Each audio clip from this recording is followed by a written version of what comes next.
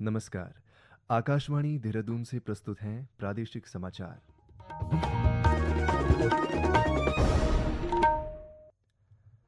पहले मुख्य समाचार। प्रदेश में अब तक 2 लाख से अधिक विवाह यूसीसी के अंतर्गत पंजीकृत। आगामी 26 जुलाई तक विवाह पंजीकरण शुल्क पूरी तरह निःशुल्क किया गया। राज्यपाल लेफ्टिनेंट जनरल गुरमीत सिंह ने देहरादून स्थित राष्ट्रपति निकेतन के सौंदर्यीकरण कार्यों का निरीक्षण किया।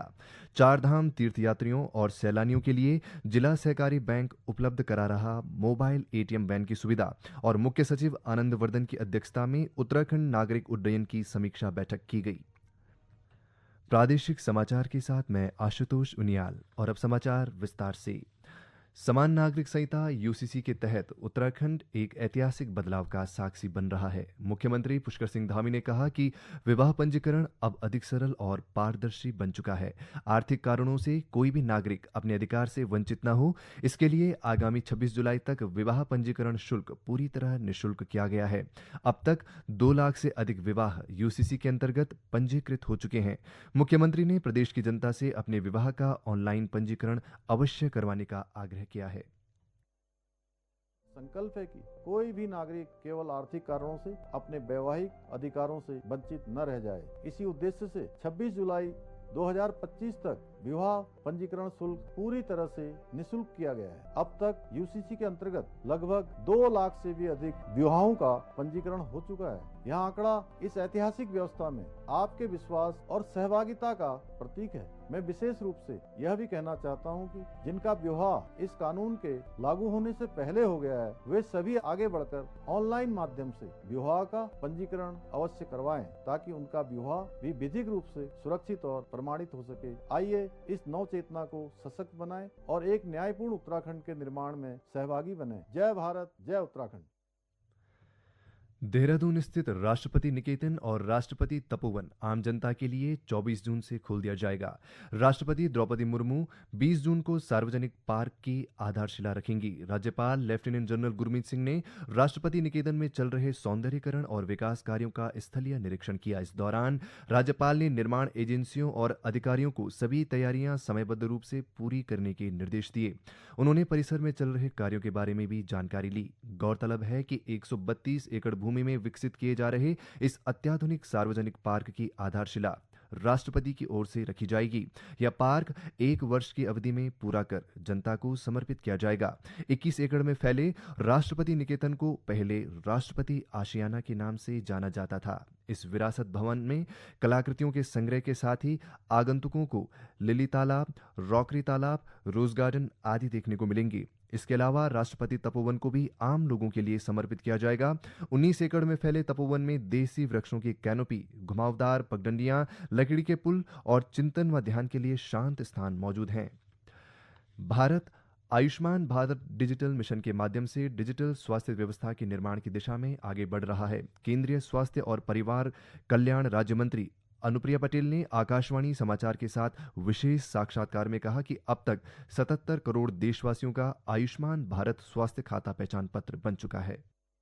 आज देश के अंदर 77 करोड़ लोग ऐसे हैं जिनका आभा आईडी जेनरेट हो चुका है और अब इस यूनिक आईडी के साथ देश के नागरिक अपने हेल्थ रिकॉर्ड्स को लिंकअप कर सकते हैं और 55 करोड़ लोग अपने हेल्थ रिकॉर्ड्स को इससे लिंकअप कर चुके हैं। तो एक ऐसी क्रांतिकारी पहल है जिसके माध्यम से आज लोगों के लिए किसी भी समय, किसी भी स्थान से और सुरक्षित ढंग से अपने हेल्थ रिकॉर्ड्स को एक्सेस करना संभव हो पा रहा है। तो अब हमें किसी फाइल में रखने की जरूरत नहीं है, हम अपने फोन पर ही उसको जब चाहें एक्सेस कर सकते हैं।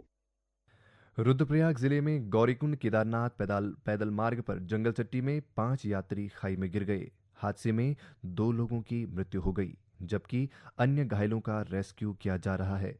उधर चमोली जिले में बद्रीनाथ राष्ट्रीय राजमार्ग पर पाखी के पास एक ट्रक के सड़क पर पलटने से चालक को गंभीर चोटें आई हैं, जिसे नजदीकी अस्पताल पीपलकोटी में भर्ती कराया गया है। बताया जा रहा है कि सिलेंडर से भरा ट्रक चमोली से जोशीमठ की तरफ जा रहा था। ये समाचार आकाशवाणी के देहरादून केंद्र से प्रसारित किए जा रहे हैं। ताज़ा समाचार के लिए आप हमारे सोशल मीडिया एक्स व Facebook page Akashvani news Uttarakhand को फॉलो कर सकते हैं। साथ ही ये समाचार हमारे YouTube channel Akashvani news Uttarakhand पर भी उपलब्ध हैं। प्रदेश में चारधाम यात्रा पर आ रहे श्रद्धालुओं को हजारों फीट की ऊंचाई पर पैसों की दिक्कत ना हो, इसके लिए उत्तराखंड सहकारिता विभाग की ओर से चलती फिरती एटीएम वैन की व्यवस्था की गई है। ये मोबाइल एटीएम वाहन चारधाम मार्गों पर खासकर जिन इलाकों में भीड़ है वहां पहुंच रही है और इन चलते फिरते एटीएम से तीर्थयात्री पैसे निकाल पा रहे हैं। उत्तराखंड जिला सहकारी बैंक नाबार्ड की तरफ से लगाई गई इन एटीएम वैन के माध्यम से यात्रा मार्ग पर श्रद्धालुओं की काफी हद तक सहायता हो पा रही है। तीर्थयात्री भी इस पहल की व्यापक रूप से प्रशंसा कर रहे हैं। केदारनाथ घाटी के फाटा, रुद्रप्रयाग और गुप्तकाशी जैसी जगह पर ये वैन घूम रही हैं। वहीं बद्रीनाथ मंदिर के आसपास भी ये वैन खड़ी हैं। हेमकुंड साहिब आने वाले श्रद्धालु और जोशीमठ और माणा गांव में सेना के जवान नगदी सुविधा का लाभ उठा रहे हैं। इसी तरह से गंगोत्री और यमुनोत्री धाम में भी ये सुविधा उपलब्ध है। सहकारिता मंत्री डॉक्टर धन सिंह रावत ने कहा कि उत्तराखंड में देश भर के विभिन्न राज्यों के तीर्थयात्री, तीर्थार्जन और सैलानी घूमने के लिए आते हैं। ऐसे में सचल बैंक एटीएम के जरिए वे कहीं भी 24 घंटे दुर्गम से दुर्गम चारधाम यात्रा क्षेत्र में नगदी सुविधा का लाभ उठा सकते हैं। उन्होंने बताया कि पिछले साल की चारधाम यात्रा में भी मोबाइल एटीएम से यह सुविधा रुद्रप्रयाग, चमोली, गंगोत्री और यमुनोत्री में उपलब्ध कराई गई थी। उन्होंने कहा कि पिछले वर्ष श्रद्धालुओं द्वारा इस सुविधा का अच्छा फीडबैक मिला था। इस वर्ष भी सरकार की ओर से प्रथम गांव माणा से लेकर सोनप्रयाग, गंगोत्री और यमुनोत्री में यह सुविधा उपलब्ध कराई गई है। मुख्य सचिव आनंदवर्धन ने देहरादून और उधम सिंह नगर के जिलाधिकारियों को एयरपोर्ट के विस्तारीकरण के कार्यों में तेजी लाने के निर्देश दिए। सचिवालय में उत्तराखंड नागरिक उड्डयन विकास प्राधिकरण की समीक्षा करते हुए मुख्य सचिव ने प्रदेश में हवाई सेवाओं के संचालन की वर्तमान स्थिति, हवाई कनेक्टिविटी के विस्तार से संबंधित एयरपोर्ट, हवाई पट्टी निर्माण और इसके विस्तार की प्रगति की जानकारी ली। उन्होंने पिथौरागढ़ के जिलाधिकारी को भी एयरपोर्ट का नियमित ऑपरेशनल स्ट्रक्चर प्लान तैयार करने के निर्देश दिए।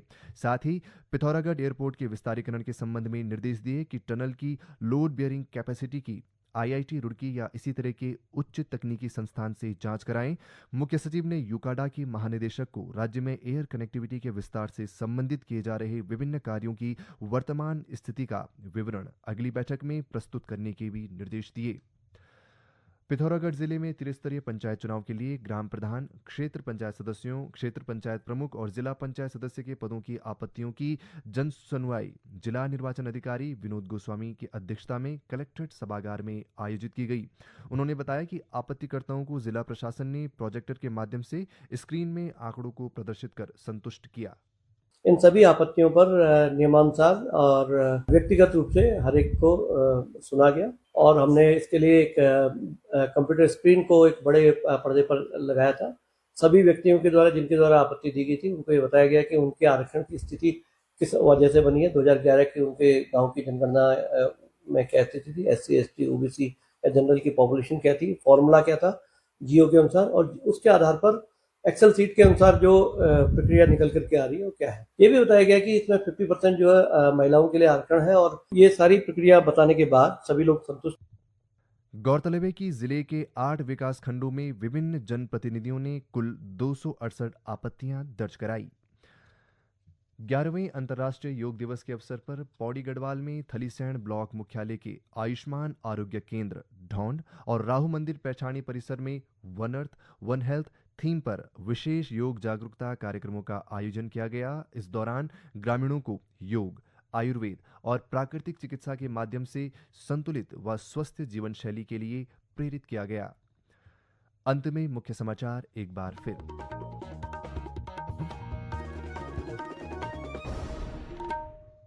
प्रदेश में अब तक 2 लाख से अधिक विवाह यूसीसी के अंतर्गत पंजीकृत। आगामी 26 जुलाई तक विवाह पंजीकरण शुल्क पूरी तरह निःशुल्क किया गया। राज्यपाल लेफ्टिनेंट जनरल गुरमीत सिंह ने देहरादून स्थित राष्ट्रपति निकेतन के सौंदर्यीकरण कार्यों का निरीक्षण किया। चारधाम तीर्थयात्रियों और सैलानियों के लिए जिला सहकारी बैंक उपलब्ध करा रहा मोबाइल एटीएम वैन की सुविधा और मुख्य सचिव आनंदवर्धन की अध्यक्षता में उत्तराखंड नागरिक उड्डयन की समीक्षा बैठक की गई। इसके साथ ही प्रादेशिक समाचार का ये अंक समाप्त हुआ। अगला समाचार बुलेटिन शाम 6:30 बजे प्रसारित किया जाएगा। नमस्कार।